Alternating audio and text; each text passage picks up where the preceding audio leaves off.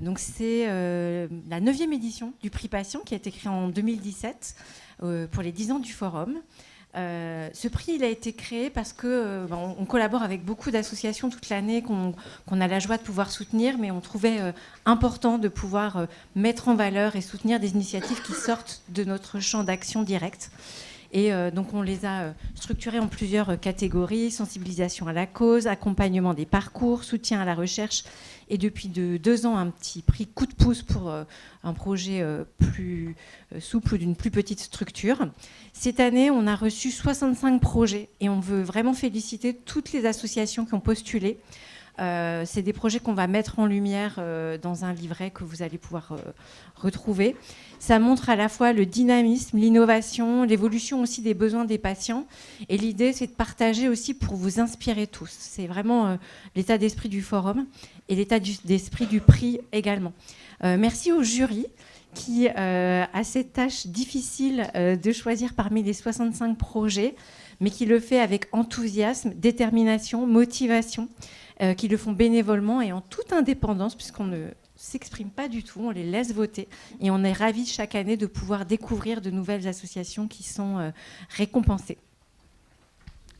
Donc, encore une fois, bravo à toutes les associations qui ont postulé. Donc, comme Céline l'a dit, on a eu beaucoup de projets cette année. On ne va pas dire malheureusement, parce qu'au contraire, c'est une chance que d'avoir autant de créativité et d'associations qui proposent des projets.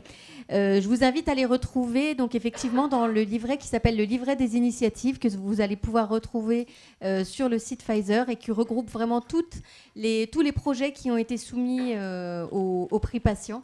Et il y en a beaucoup, ils sont tous très intéressants. Donc je vous propose de jeter un œil à ce livret des initiatives, et qui nous permet, nous éditons ce livret des initiatives tous les ans.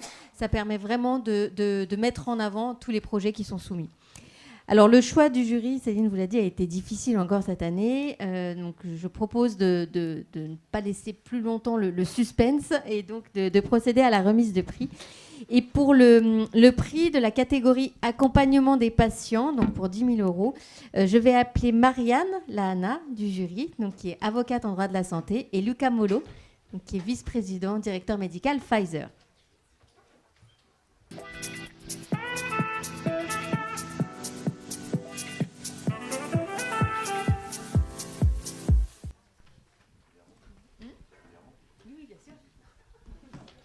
Bon, merci. En tout cas, j'ai le privilège donc de vous remettre donc ce prix. Non,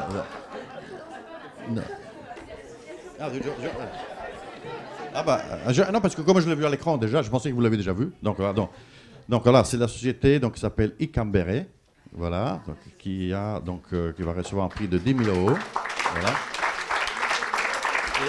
C'est la maison apaisante, santé, autonomie et dignité pour les femmes précaires vivant avec un diabète, une obésité ou une HTA. Et donc ça c'est très important. Donc excusez-moi, je pensais que c'était. Félicitations. Merci. Alors, je vais vous dire un petit mot aussi quand même. Oui, moi aussi je dirais juste un mot si vous voulez. Donc déjà, je tiens à dire que je suis ravi de vous remettre ce prix. D'une part parce qu'en fait aujourd'hui, pour ceux qui ne le savent pas, c'est la journée internationale pour éliminer la violence à l'égard des femmes. Et pour moi, donc... pardon ? Oui. Bon, en tout cas, et effectivement, pour moi, ça aussi, c'est une forme de violence. Ne pas s'occuper des femmes qui sont en détresse, qui sont dans le besoin, c'est aussi une forme de violence. Et je trouve que c'est une initiative excellente, parce que la maison que vous allez ouvrir, vous avez déjà ouvert une maison à Paris, donc avec succès. Donc, est-ce que vous allez faire à Lille? J'espère que voilà, ce prix puisse vous permettre de l'ouvrir et donc donner la possibilité à d'autres femmes de pouvoir bénéficier du support donc, en termes de conseils diététiques, exercice physique, mais aussi soutien psychosocial dont ils ont besoin. Voilà, en tout cas, merci beaucoup et bravo. Voilà. Bravo. Je vais également dire un petit mot, effectivement, parce que j'étais très heureuse de pouvoir vous remettre aussi ce prix.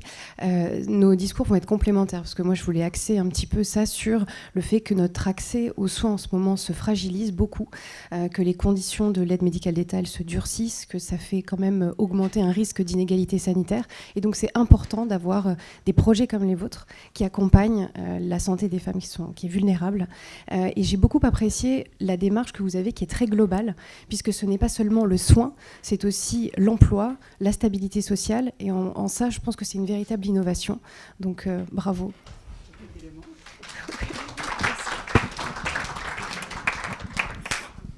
Merci beaucoup. Je vous remercie infiniment pour ce prix. Effectivement, les femmes qu'on accompagne, ce sont des femmes qui sont malades, qui vivent avec le VIH et obésité, hypertension et diabète.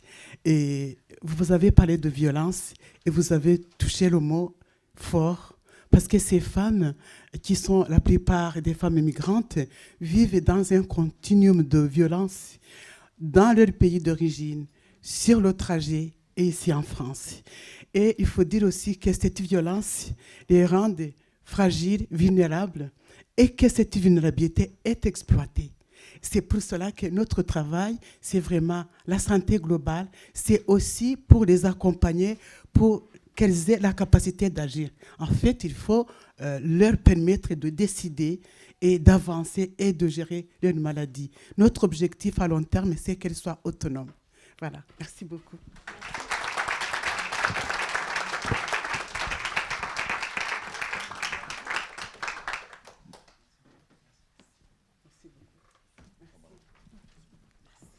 Merci beaucoup et bravo encore.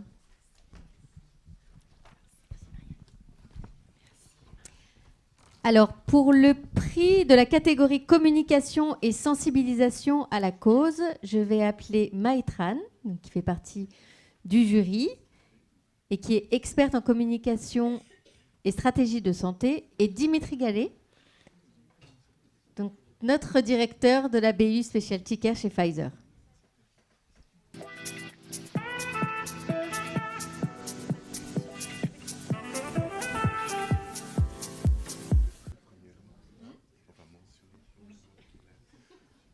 Bonjour tout le monde. Et le prix pour la communication et sensibilisation à la cause, c'est Cœur Couleur avec Tour French Bike Sarcoïdose.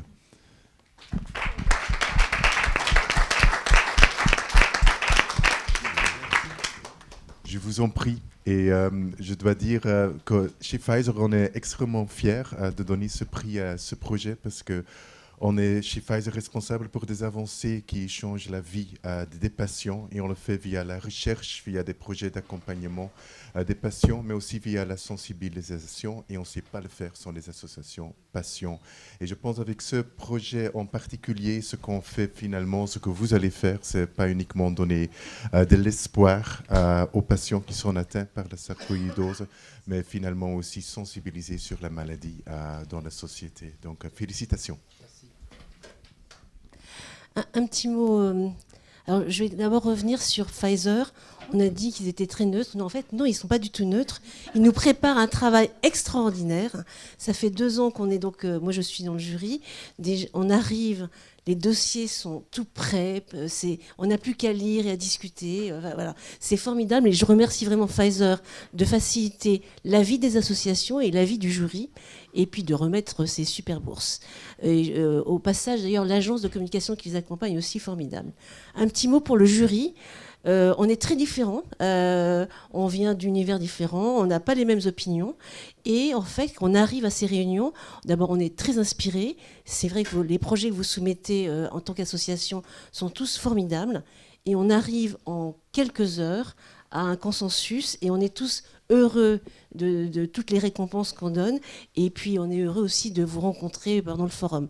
Le forum à chaque fois est très inspirant, donc voilà. Je vais d'abord commencer par ça. Et après, je vais vous parler de vous. Alors, pourquoi, moi, experte en communication, j'ai bien sûr adhéré et j'ai voulu remettre ce prix? C'est que finalement, vous avez réussi à faire plusieurs niveaux.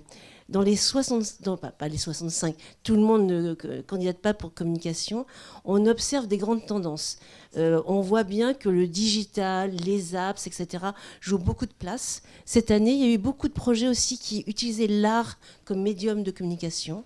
Et alors, on vous a choisi parce que, en fait, vous avez remis finalement, on a beaucoup parlé d'IA, mais l'humain au centre de votre association. Parce qu'il n'y a pas d'IA qui pédale et qui fait le tour de la France tout en rencontrant les patients, rencontrant les communautés. Et puis vous avez choisi une maladie rare, ce qui n'est pas évident, pour essayer de raccourcir les délais d'errance thérapeutique. Donc bravo, merci. Donc le bénéfice des patients. Vous avez dans votre argumentation et dans votre démarche essayé d'élargir au monde de la santé. Vous vous définissez comme des ambassadeurs des patients. Donc vraiment bravo, et j'imagine que vous allez commenter. Et puis tout simplement au niveau communication, vous avez quand même réussi pas mal de choses. Le mois de la sarcoïdose, premièrement. Deuxièmement, le côté, on va au devant des communautés locales, qui est quelque chose qui nous manque beaucoup. Et puis vous avez aussi montré que le sport et la prévention, ça fait partie de la santé. C'est pas uniquement des traitements, des maladies rares. C'est aussi élargir au monde de la santé. Donc bravo. Merci. Alors, le Flashback Sarcoïdose 2027 fait suite, si vous voulez. L'année dernière, on était 3 patients, on a fait une marche de 1300 km à travers la France pour promouvoir le patient partenaire, les aidants, le sport santé et le sport adapté. Et suite à ça, on s'est rendu compte qu'il nous manquait quelque chose. Donc à l'association, on s'est dit, ce coup-ci, c'est la sarcoïdose qu'on va mettre en avant. Et donc on a cherché et j'ai trouvé le chemin, en fin de compte, de faire 2900 km en vélo électrique. Nous sommes 2 patients atteints de la sarcoïdose qui allons faire ce parcours, justement, sur toute la partie de la France. Et justement, rencontrer les publics, les hôpitaux, les mairies, leur expliquer aux patients justement que ce n'est pas parce qu'on est malade que tout s'arrête, ce n'est pas parce qu'on est en situation de handicap invisible que tout s'arrête. Et justement, c'est de leur démontrer qu'avec des projets, avec de la volonté et du courage, on pouvait faire beaucoup de choses avec le sport santé et le sport adapté. Voilà pourquoi j'ai décidé de faire le Tour French Sarcoïdose 2027. Mais en tout cas, on vous remercie 1000 fois justement d'avoir retenu notre projet.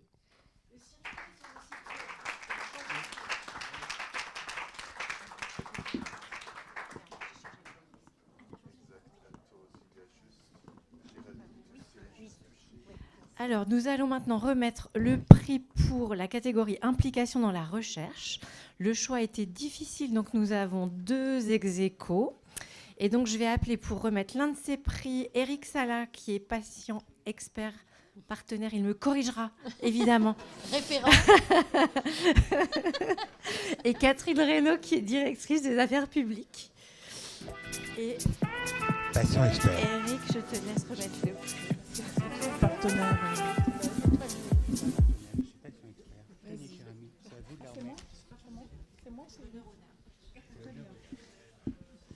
Bonjour à tous. Donc avec Eric, on est ravis de remettre ce prix donc pour un projet qui nous tient à cœur, on en parlera. Donc le prix est pour le comité des familles, pour le projet VIH et maternité, pour un montant de 5 000 €.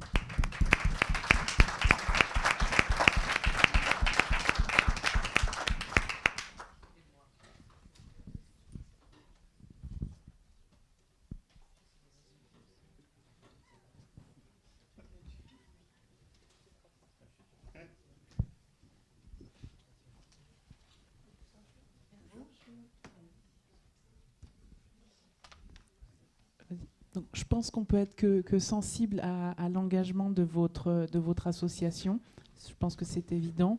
Moi, ce que je voudrais dire, c'est que en lisant votre projet, j'ai trouvé que, bien sûr, au-delà d'accompagner des femmes qui vivent avec ce virus, il y a beaucoup d'autres choses. D'abord, c'est un projet qui peut être transposé à d'autres pathologies. il y a un axe très fort sur la prévention des risques, et un axe très inclusion, puisque vous touchez des publics qui sont parfois loin des soins, parfois stigmatisés. Donc avec tout cet objectif de bien communiquer, d'informer, de prévenir. Donc bravo. Et c'est un projet que vous menez avec Moi Patient, je pense qu'il faut le dire. Bravo. Merci Catherine. Les motivations de soutien du jury pour votre projet, c'était soutenir une cause et une recherche qui touche les femmes et les enfants. C'est un point extrêmement important en cette journée internationale des violences faites aux femmes, je crois, c'est bien ça. La transmission, dans un domaine qui pour moi est extrêmement important, qui est la transmission du virus du VIH, toujours stigmatisant malgré 40 ans de lutte, et c'est toujours pas fini. C'est aider à lutter contre les discriminations dans un monde en pleine régression sur un certain nombre d'acquis, surtout dans le VIH. À l'heure actuelle, on a quand même un certain nombre de soucis et d'associations qui prennent le bouillon. Voilà, et participer à la libération de la parole pour des communautés souvent oubliées, voire malmenées. Pour préparer cette remise des prix, je me suis quand même intéressé un petit peu à ce que j'avais fait ces 30 dernières années et à l'actualité du moment. Faut quand même savoir que le fait que l'Amérique ne finance plus le Fonds international de recherche sur le sida et d'autres pays comme le Royaume-Uni, la France, etc., c'est 2 millions de patients en plus qui vont se faire jour dans les prochains mois à travers le monde. 2 millions. Et sur ces 2 millions, il y a 50% de femmes. Et en France, en particulier, une grande partie de la population migrante est touchée par ce type de fléau, et elles sont particulièrement dans une situation de précarité importante. Et la présidente de Dean Cambéré ne pourra pas dire le contraire. Voilà. C'est une lutte qui me tient à cœur depuis plus de 30 ans me concernant. Et je suis très, très heureux de pouvoir être l'ambassadeur de cette remise au nom du jury. Je vous remercie.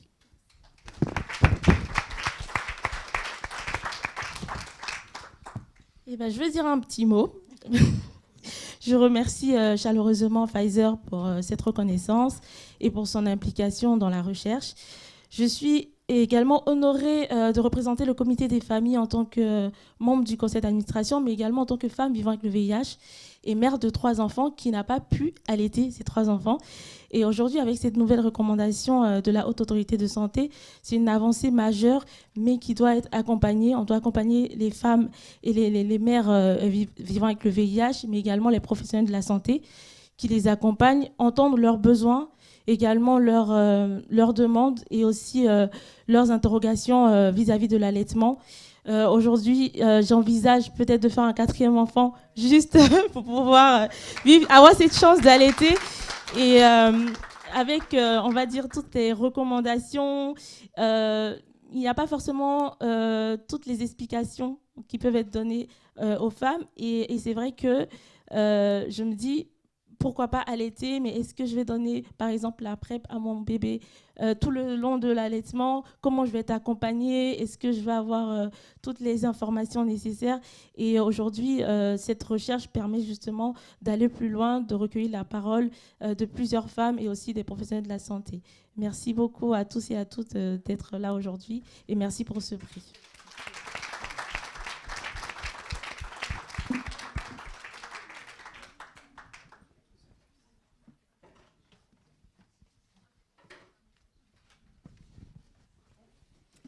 Et donc, je vais appeler la 2e association lauréate pour le prix dans l'implication dans la recherche, qui va être remis par Razak Elafi, membre du jury et président de Ad Medicum, pardon, je cherchais le nom. Et à ses côtés, Jérôme Ouminou, qui est directeur de notre business unit oncologie. Bonjour à tous. Alors le prix est remis à Corasso. pour le projet originel, mieux comprendre pour mieux soigner les cancers tête et cou.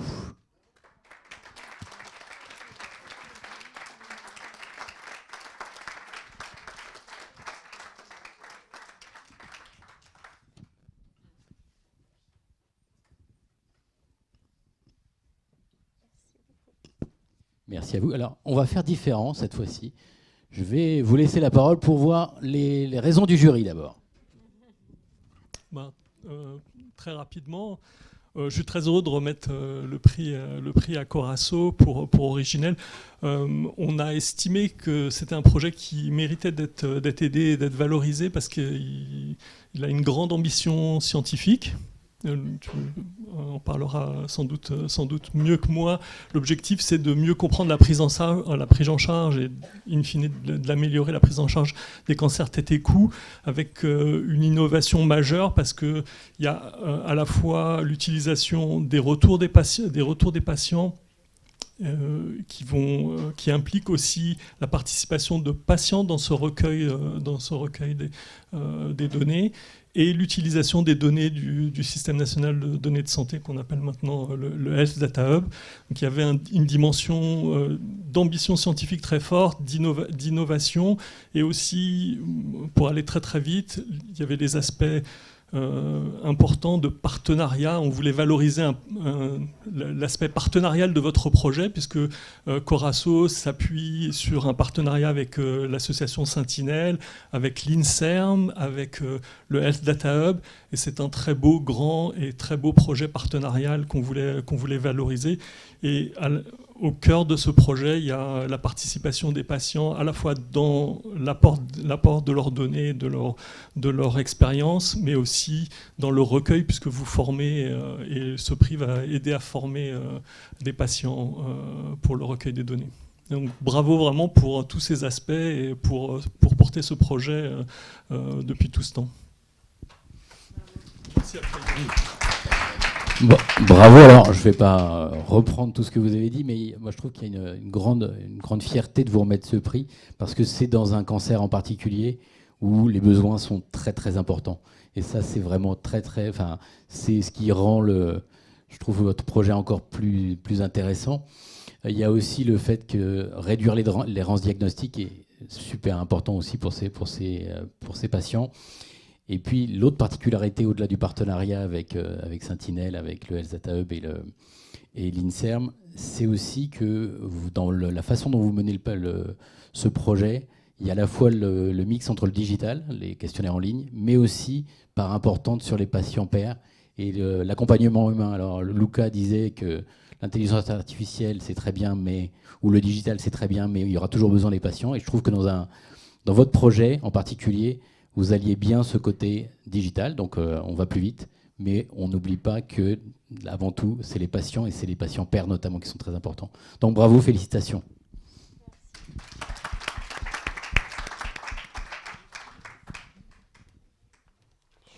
Merci beaucoup. Merci Pfizer, merci les membres du jury pour votre confiance. Donc je m'appelle Sabrina et je suis là avec Denis et Véronique parce que ce type de projet, vous vous doutez bien qu'on ne le fait pas tout seul. Il y a beaucoup de bénévoles derrière tout ça. Donc l'idée effectivement, c'est de mieux diagnostiquer les cancers tête et cou qui sont peu connus et pourtant ils touchent entre 15 et 17 000 personnes par an. Et malheureusement, la moitié de ces personnes décéderont dans les 5 ans à venir parce qu'ils n'y ont pas été diagnostiqués assez tôt. L'autre moitié a une qualité de vie, pour une grande partie, fortement dégradée par des mutilations. Ça peut être une ablation de la langue, on ne sait pas, mais on peut devoir vivre sans langue, sans mâchoire, sans nez. Il y a des patients à qui on enlève le nez. J'ai encore vu récemment un jeune patient avec l'équivalent d'un abricot, une tumeur qui faisait l'équivalent d'un abricot sur le nez récemment. c'est dire à quel point il y a un travail à faire. Et nous, en tant que patients, alors nous, on s'appelle les pères accompagnants. Donc, on a encore un autre nom. On accompagne les pères au quotidien et on a souvent ce récit d'une errance diagnostique de plusieurs mois, voire de plusieurs années, une première antibiothérapie parce qu'on a mal à la gorge, c'est une angine, une deuxième, une troisième.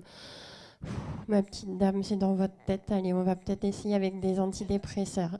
Et puis quelques années ou quelques mois plus tard, on retire une partie du visage. C'est pas acceptable. Donc voilà, il faut faire quelque chose à ce sujet. Et c'est pour ça qu'on a co-construit un questionnaire avec les soignants, parce qu'on les a pas cités. C'est des partenaires qui sont très précieux et qui nous suivent. Notre protocole a été labellisé par l'intergroupe ORL d'Unicancer. On va se déployer le plus possible partout en France au travers des réseaux sociaux pour diffuser, en ligne pour diffuser un questionnaire. Et là, ça va être l'effet de masse, comme vous disiez. Et on va aussi former des bénévoles donc au père accompagnement, mais aussi à l'administration de questionnaires pour aller encourager des patients qui peuvent être illettrés, qui peuvent ne pas avoir accès à l'outil électronique ou qui ne se seraient pas sentis légitimes pour répondre à ce genre d'enquête. Et donc ça demande un travail colossal, surtout que c'est un travail de bénévole. Heureusement, on a bien sûr un financement, on en parlait, c'est difficile. Et c'est la première fois que le HDH finance une étude co-promue par une association de patients. Donc cette étude, j'espère, pourra inspirer d'autres démarches du même genre pour faire avancer ensemble la recherche, nous patients, avec les chercheurs et les soignants.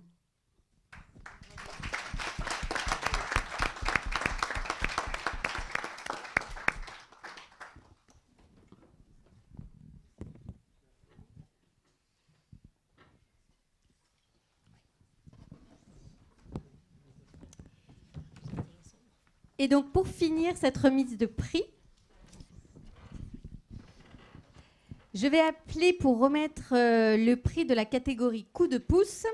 Donc, Judith Nico-Gossian, donc anthropologue de la santé, donc qui fait partie du jury, et Franck Lebreguero, notre pharmacien responsable.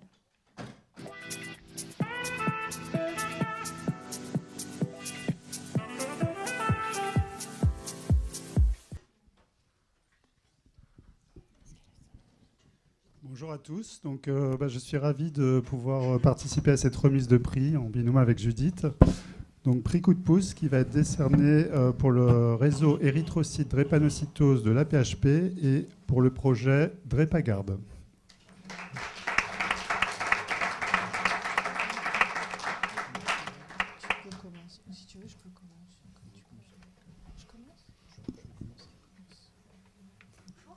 Bonjour. Donc, votre projet, il a été sélectionné, il a beaucoup plu parce que vous êtes autour de la sécurisation du parcours patient. Et donc, on sait qu'au-delà de la maladie, en fait, on est souvent aussi confronté, on n'est pas exempté, on est rattrapé par les problèmes du quotidien, des problèmes qui peuvent parfois être centraux, en fait, et voire être une limitation ou un obstacle à l'accès aux soins. Donc là, on a un attachement, une pensée particulière, en fait, pour les patients qui souffrent de drépanocytose et qui sont aussi des parents isolés et qui, donc, dans leur quotidien, peuvent être amenés à subir des interventions, des hospitalisations en urgence.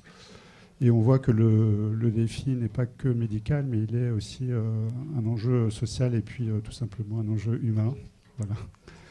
Donc, vous travaillez autour de la sécurisation du parcours, vous développez des solutions de garde temporaire pour les enfants.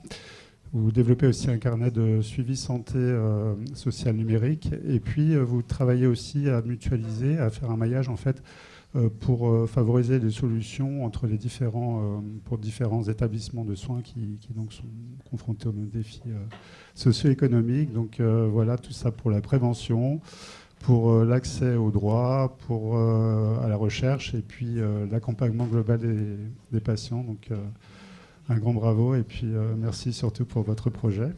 Et puis je vais passer la parole à Judith. Nous avons beaucoup apprécié votre projet en tant que comité scientifique et nous voulions l'honorer parce qu'évidemment, c'est une très belle chose de cette association de la PHP d'avoir su mutualiser le pôle social et la garde d'enfants dans une problématique d'une pathologie qui nécessite beaucoup d'hospitalisation en urgence avec cette charge mentale supplémentaire de la famille en tant que parent. Et donc de cette équité-là en termes d'accès aux soins. Bravo, merci.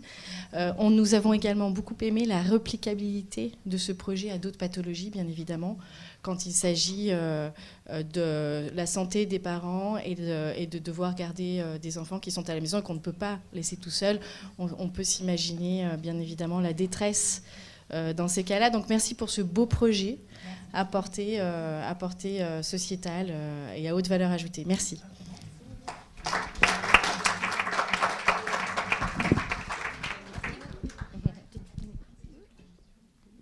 Merci.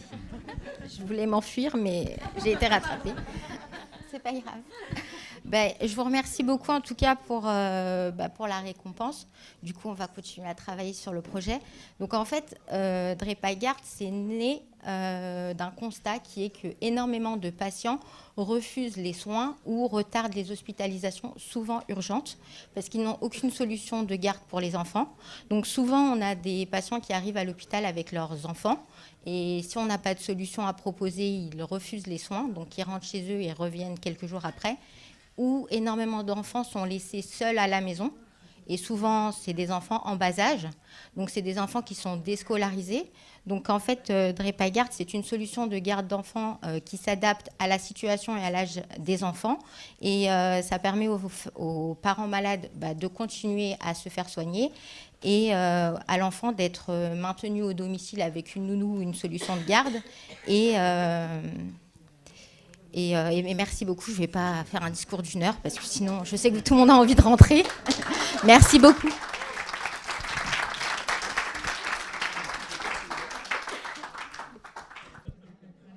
Merci à tous. Merci de votre présence et de votre fidélité. Ce forum, il était pour vous. Donc, on vous dit à l'année prochaine et on espère qu'il aura répondu à vos attentes. Très belle soirée à tous.